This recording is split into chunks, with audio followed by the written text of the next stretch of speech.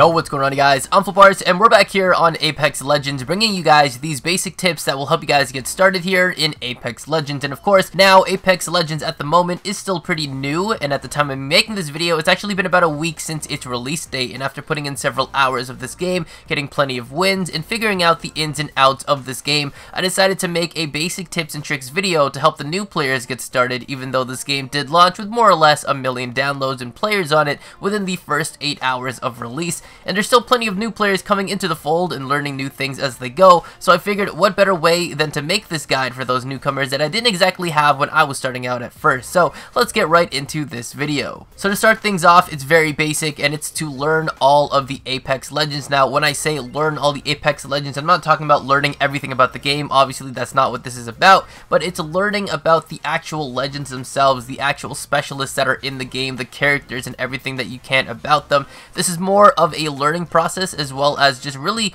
reading what each legend is capable of, as well as trying them out in game to really understand what they're able to do and if it fits your playstyle as well. However, keep in mind that you can only have one type of legend per team, so if someone does choose a legend that you would normally use or a legend that you would main, it would be wise to learn how to use at least 2 or 3 other legends in this game for certain situations like that as well. Although for the most part, if you do play with friends who already know who they love to use for the most part, then being able to use your main legend isn't much of an issue, but it's always good to learn how to use at least 2 or 3 legends in the game, as well as roughly know what all legends are capable of, as being able to know what their abilities are will help you guys in team fights later down the line. And with that, you're going to be able to notice whether or not they've used their tactical abilities during your team fight, as well as using their ultimate abilities. And from there, you're going to be able to make a strategy on closing the gaps, eliminating your opponents and taking their loot, and moving on towards the end of the game. Now for the second tip that I can give you guys, it's using the pings that they've added to the game, as well as using directional callouts. Now, as with all battle royales, callouts are always top priority, and having good communication skills with your squad for the duration of the match,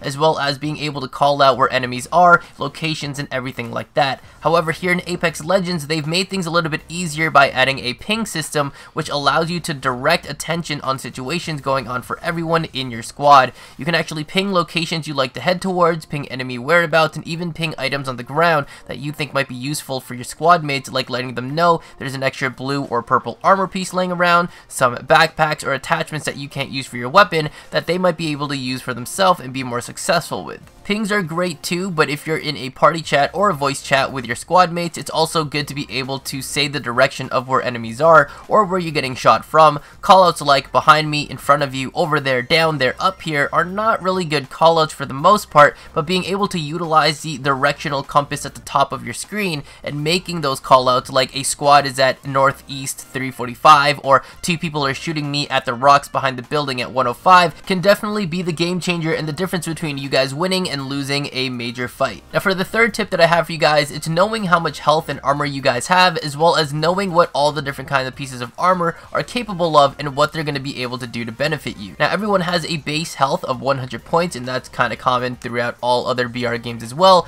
and you can get different pieces of armor in this game to give you guys additional 25 points towards your overall health, and there are a max of 4 bars that can appear above your health bar, giving you guys the extra 100 points of health overall, so 100 points worth of shield and 100 points worth of base health. Now as you guys continue to play through your match, you're always trying to look for better pieces of gear, in this case as well armor, because you want to get as much shield as you can and as much protection when you guys are going to be in those gunfights. And there's actually 4 different pieces of armor. There's white, blue, purple, and yellow or gold, or in this case we can just put them by rarity, which is common, rare, epic, and then legendary. Of course, the yellow or gold armor, which is your legendary armor, is actually one of the hardest ones to find. Now for the white armor, it gives you guys 50 points of shield. If you guys find blue armor, it'll give you guys 75 points worth of shield, and if you guys find purple armor, it'll give you guys 100 points worth of shield. Now of course, if you guys manage to get lucky enough to find the yellow or gold armor, or in this case the legendary armor, it's going to be able to give you guys 100 points worth of shield just like purple armor, but legendary armor actually has a bonus effect with it, where if you guys have your shield damaged during a fight, you have an opponent downed, you're actually going to be able to get yourself to full shield by using execution executions on a downed player. And for those of you guys that don't know what an execution is, essentially what it is it's called a finisher. If you guys actually go to all of the different legends, all of them have different kind of finishers that they can do, and you can only use these finishers on a player that is downed, an opposing player.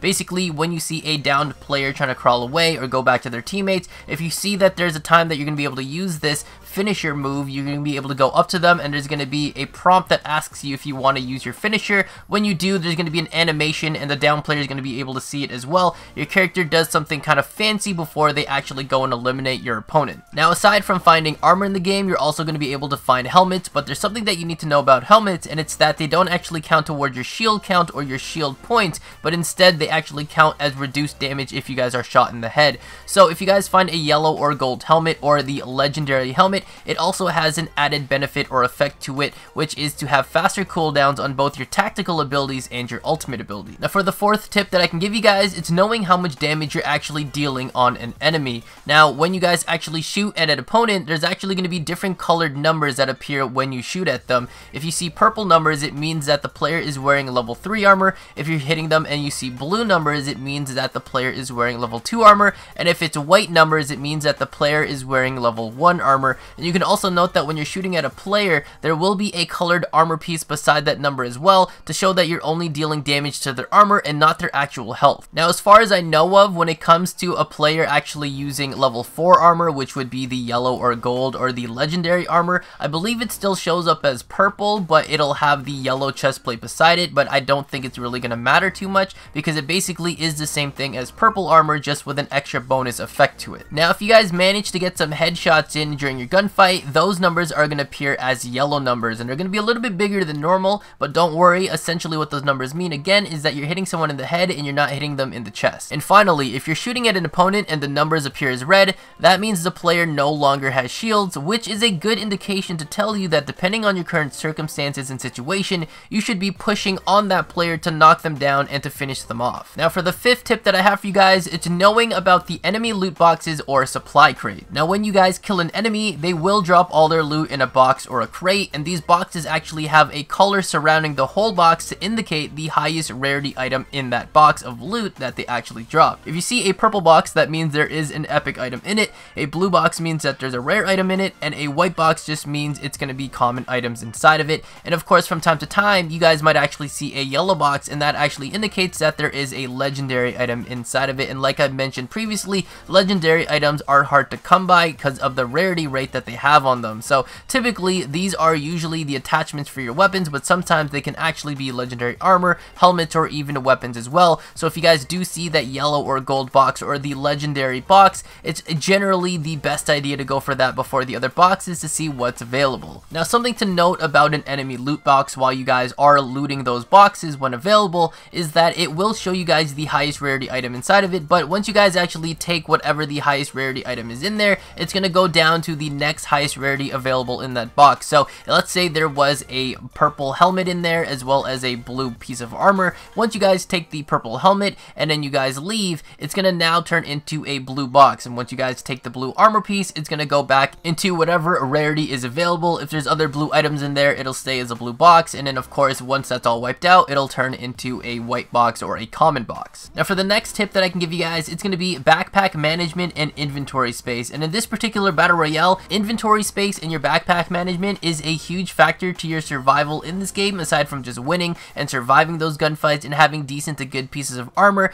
because the amount of space that you guys have is really going to depend on what kind of loadout you guys are running as well. Now, again, for this particular battle royale, it makes it so that the ammo that you actually pick up will take up slots in your backpack, and this is actually true for other BR games such as PUBG and H1Z1. But if you guys have been playing something like Fortnite and Call of Duty Battle Royale, where they have their own little section for ammo where it doesn't matter how much you pick up, because eventually you'll just max out on ammo and then that's it, and it doesn't actually affect your inventory space, where on this game it actually does affect your inventory space. But of course, luckily enough, just like everything else in this game, there are different rarity backpacks that you guys can pick up to give yourself some more inventory space. So if you guys find a white backpack, that will give you guys 2 slots of inventory space. A blue backpack will give you guys 4 slots of inventory space, and a purple backpack opens up all 6 available slots in your inventory space, which means you guys are going to have the full range available in your inventory to pick up a lot more than the average person. And if you guys are lucky enough to actually find the yellow or gold backpack, which is going to be your legendary backpack, it comes with a bonus of not only being able to have all the benefits of a purple, where you're going to be able to have all 6 slots available, but you also get a boost for using your consumables in half the time. So for example, let's just say you guys needed to heal and you were going to use a med kit. The med kit might take about 3 seconds to use, where if you guys had a yellow backpack on, it'll actually take you half the time, which is going to be about 1.5 seconds. Now for my last and final tip that I can give you guys, it's that you guys can actually revive your teammates, but it is going to be at a cost. Now here in Apex Legends, they've added a new mechanic to the game that's not seen in any other Battle Royale game to date, where your teammates can actually be brought back into the game even if they've been killed off. Now we're not talking about them being down and then you go and rev them to bring them back up, but I'm talking about a teammate or yourself that's been downed and killed completely. When a teammate is dead, you have about 90 seconds to retrieve their banner from their loot box and bring it to a reviving station, or what they call in this game a respawn beacon. There are a bunch of these machines scattered across the map, and they will always spawn in the same place every single match that you guys go into, but when you're using them, they can only be used once during that match. So if another team happens to be trying to revive their own fallen teammate and they beat you to one of those respawn beacons, then you're gonna have to go and find a different one to bring your squad mates back to life. Now if you manage to get them back into the game, that player won't have any loot at all, which is why I was saying that you can revive your teammates, but it will be at a cost. So from there, it's going to become the decision on whether it's worth it or not to bring someone back into the game who won't have any loot, or to continue the game without them. Of course, in the early stages of the game, it's easier to bring players back into the match because there's more than enough time and space to gather more loot. However, in the late stages of the game, where the circle starts to close up a bit more and start to reach into the end game, it's a bit more apparent to enemy players that someone is being revived into that match, and that could easily give away your position and easily give away the position of the player coming back into the game as well. And typically what I find is that if there is time to bring someone back into the match and there's plenty of loot boxes around, even in the late game, it's a good chance for them to come back and quickly get decent loot and decent weapon kits going to help engage for the next couple of circles in that gunfight,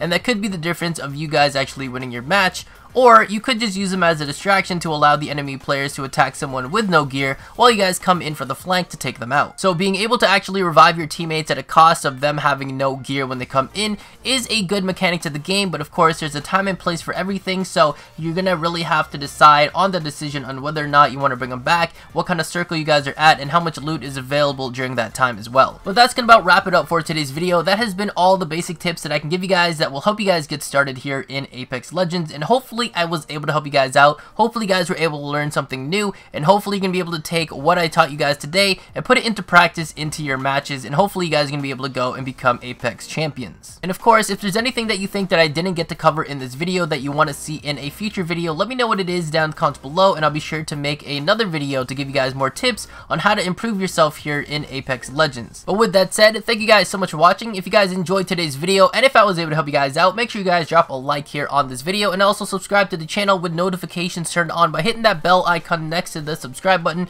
We are on the road to 64,000 subscribers, so I would really love to have your support here on the channel, as well as if you guys want to make sure you guys are keeping up to date on everything going on regarding my videos, my channel, my streams, and myself. Make sure you guys are following me over on Twitter at twitter.com/FlipArtz, as well as that will be down in the description below. And of course, I do stream this pretty much almost every single day, so if you guys want to be there a part of the streams and be able to come and play with me, you guys can go and watch me over on Twitch at twitch.tv/FlipArtzLive, as well as you guys can join my Discord. Again, everything you need to know is going to be down in the description below. Thank you guys again for watching. Catch you on the flip side. Arts out. I'ma be sexy forever.